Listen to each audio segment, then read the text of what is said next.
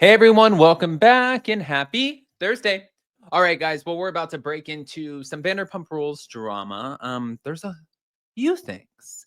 Sheena's getting herself in a little bit of trouble. Lala and her assistant, the saga that is still going on, and a potential filming date for Vanderpump Rules.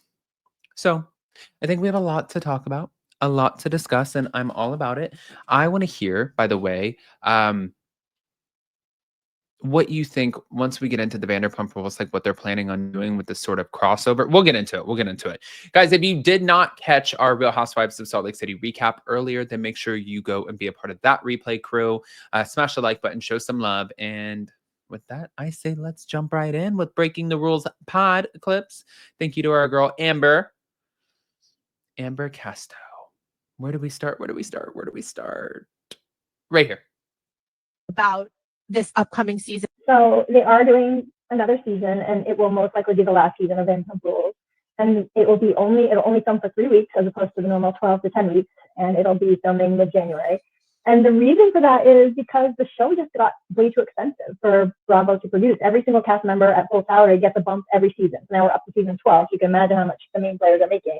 And the show became, actually by season 10, that was going to be the last season anymore. So they were going to a show called Schwartz and Sandy's that was set at Schwartz and Sandy Bar.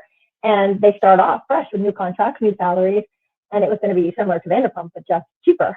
And of course, when Scandal erupted, they couldn't do that. But they've been meaning to end it for a while now, just because of it's just become too expensive. So now a shortened season will bump the salaries down because it's not filming for a full season, so they can afford it. And they were actually supposed to go into production mid-October, but it got moved back again. And the only reason, it's nothing to do with the cast holding out. Everybody has signed on. They actually approved the budget. It was just about to go forward, and it was literally just Bravo pulling the plug because of money.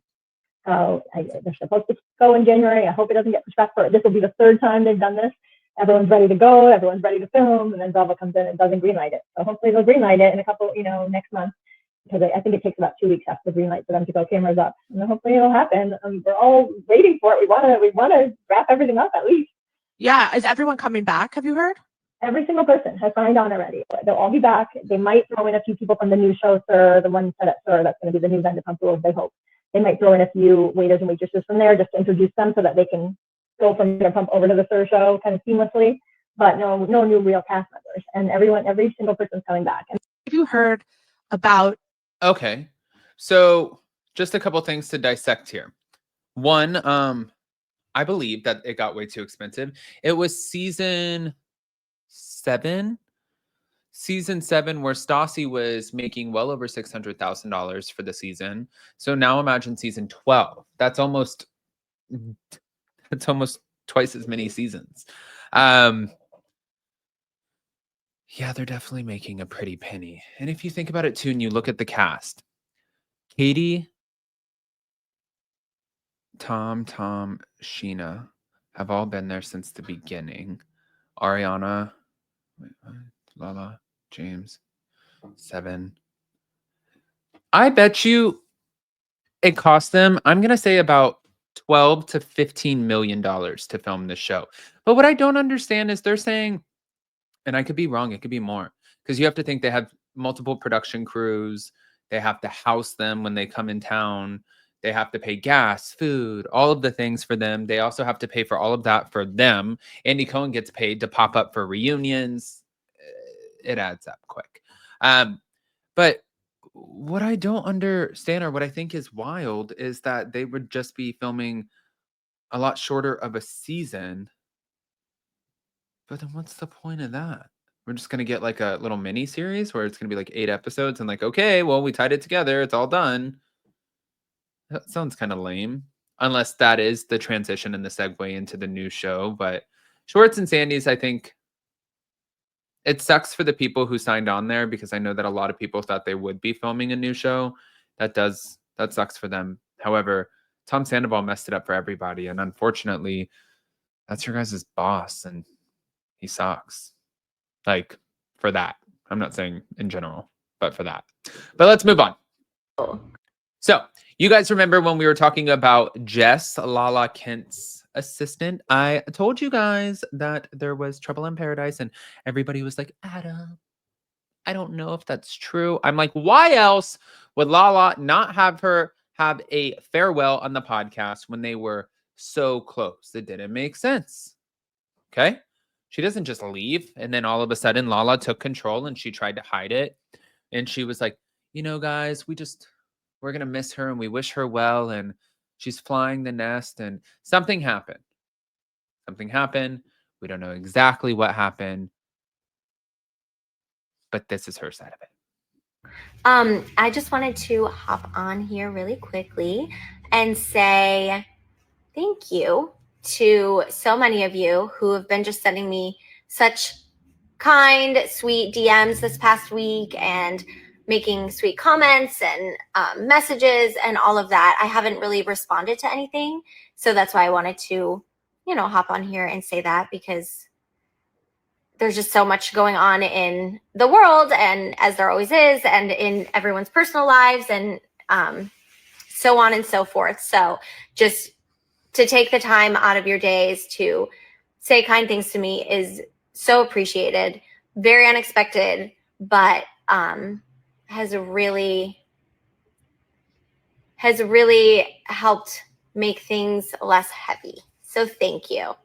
A lot of you reaching out have been, or commenting, have been like, why would you just up and leave the podcast without saying goodbye? I've been on it for 3 years. I've connected with so many of you, give them all podcast listeners, whether or not it was like through DMs or we met on the road during the live show or during the tour or at BravoCon, and every single one of you has been like that I've met in person has been the brightest light, the sweetest, amazing people ever. So, of course, I would have said goodbye to you guys if I were given the opportunity, of course.